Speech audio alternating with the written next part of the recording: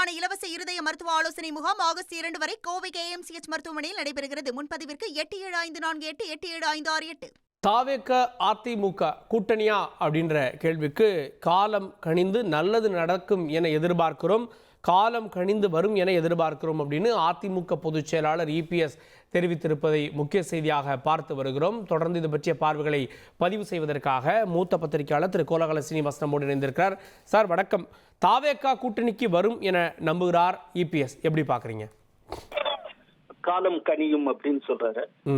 ஒத்த கருத்துடைய கட்சிகள் ஒருங்கிணைய வேண்டும்ங்கிறாரு. இங்க ஒத்த கருத்துன்னு அவர் சொல்றது திமுகவை வீழ்த்த வேண்டும் அப்படிங்கறதுல ஒத்த கருத்துடைய கட்சிகள் அப்படின்னு. திமுகவை தன்னுடைய அரசியல் எதிரி அப்படின்னு அறிவிச்சிருக்கு. நேற்றைக்கு கூட சேலம் போஸ் மைதானத்துல பேசுற ஆதவ அர்ஜுனா என்ன சொல்லி இருக்கிறாருன்னா, குர்ஆன் மீது சத்தியம் பண்ணி சொல்லுகிறேன், பிஜேபியுடன் ஒருபோதும் கூட்டணி கிடையாது அப்படின்னு சொல்லி இருக்கிறார். கொள்கை எதிரி பிஜேபி அப்படின்னு டிஃபைன் பண்ணியிருக்காங்க. ஆனால் எப்போதுமே தாவேகாவும் சரி பிஜேபியும் டிஎம்கேயும் தாக்கி பேசி இருக்கிறதே ஒழிய ஏடிஎம்கேயை தாக்கி மிக கடுமையாக அவர்கள் பேசியதே கிடையாது. அது கூட நேற்றுக்கு ஆதவ அர்ஜுனா ஒரு பதில் சொல்லி இருக்கிறார். நாங்க ஏன் ஏடிஎம்கேயை தாக்கி பேசுறது இல்ல அப்படின்னு.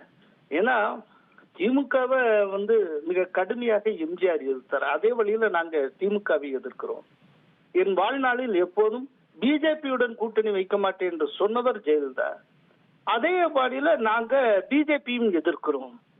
எனவே ஏடிஎம்கே நாங்க ரொம்ப தாக்கி பேசுறது இல்லை அப்படின்னு அவர் சொல்லி இருக்கிறார்.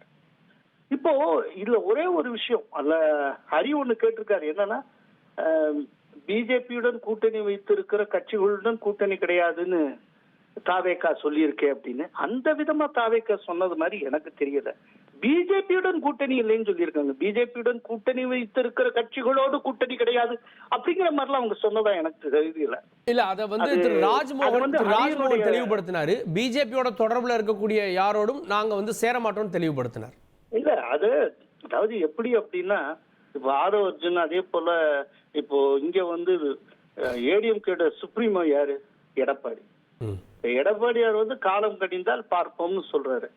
இப்போ வரைக்குமே திட்டவட்டமா தாவேகாவை ரூல் அவுட் பண்ணல. அதே போல தாவேகாவுடைய தலைவராக இருக்கக்கூடிய விஜய் எந்த ஒரு இடத்துலயும் ஏடிஎம்கே தாக்கி பேசல.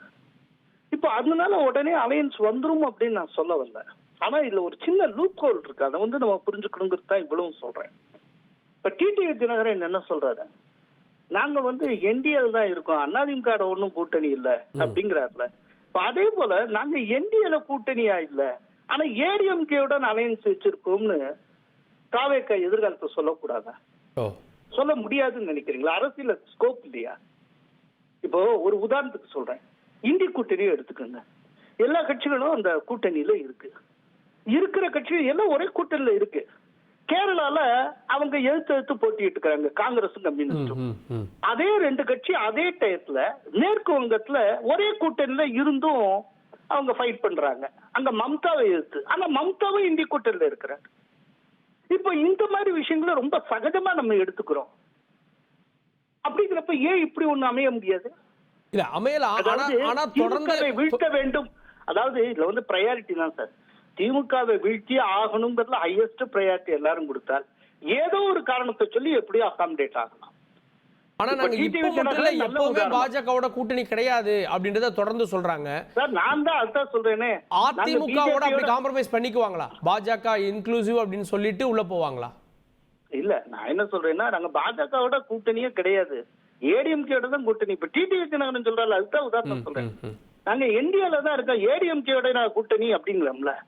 இப்ப டிடிவி தினகரன் சொல்றது எந்த கேள்வியும் கேட்காம மீடியாஸ் ஏத்துக்கிறீங்க, ஏன் இதை மட்டும் கேள்வி கேட்கணும்? ஓகே. சோ 2001 போகும்னு சொல்லல. ஆனால் ஒண்ணு திரும்ப திரும்ப சொல்லி வரீங்க, எனக்கு சில இன்சைடர்ஸ் மூலமா சில தகவல் தெரியும். தேர்தலுக்கு 3 மாசத்துக்கு முன்னால ஒரு மிகப்பெரிய ஒரு டர்னிங் பாயிண்ட் ஒன்று நடக்கும். மிகப்பெரிய டர்னிங் பாயிண்ட். இன்னைக்கு நீங்க எழுதி வச்சுக்கோங்க.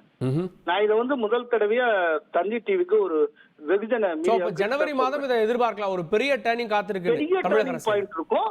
நான் சொல்ற இந்த லைன்ல ஏதேனும் ஒன்று நடக்கிறதுக்கு வாய்ப்பு இருக்கு. ஓ இன்ட்ரெஸ்டிங். பிஜேபியும் வெளியில போகாது. ஆனா அம்பிஷன் வந்து டிஎம்கே திரும்ப வந்துவிடக் கூடாது அப்படின்னு. அந்த ஒரு முன்னால 77ல இந்திரா காந்தி திரும்ப வந்துடக்கூடாதுங்கிறதுக்காக கருத்து வேறுபாடு கொண்ட எல்லா கட்சிகளும் இணைந்து ஒரு புதிய கட்சி உருவாச்சு இல்லையா, ஜனதா கட்சின்னு. அந்த ஜனதா கட்சிக்குள்ள சோசியலிஸ்ட் சந்திரசேகரும் இருந்தாரு, ஹிந்துத்துவா பேசக்கூடிய வாஜ்பாயும் இருந்தாரு, எல்லாரும் இருந்தாங்களே. ஓகே. சோ அரசியல்ல எப்படி வேணாலும் சார் உங்களுக்கு ரொம்ப இன்டெலக்சுவலா இன்டர்பிரட் பண்ண தெரிஞ்சுட்டா போதும் சார், நீங்க எதையும் சாதிச்சிடலாம், எதையும் கொண்டு வரலாம். இப்ப இந்தி கூட்டணி நல்ல உதாரணம். ஒருத்தருக்கு ஒருத்தர் எதிர்த்து போட்டிட்டு இருப்பாங்க, ஆனா நாங்க ஒரே கூட்டணின்னு சொல்லிப்பாங்க. அதே போலதான் குழந்தைகளுக்கான இலவச இருதய மருத்துவ ஆலோசனை முகாம் ஆகஸ்ட் 2 வரை கோவை KMCH மருத்துவமனையில் நடைபெறுகிறது. முன்பதிவிற்கு 8754888756.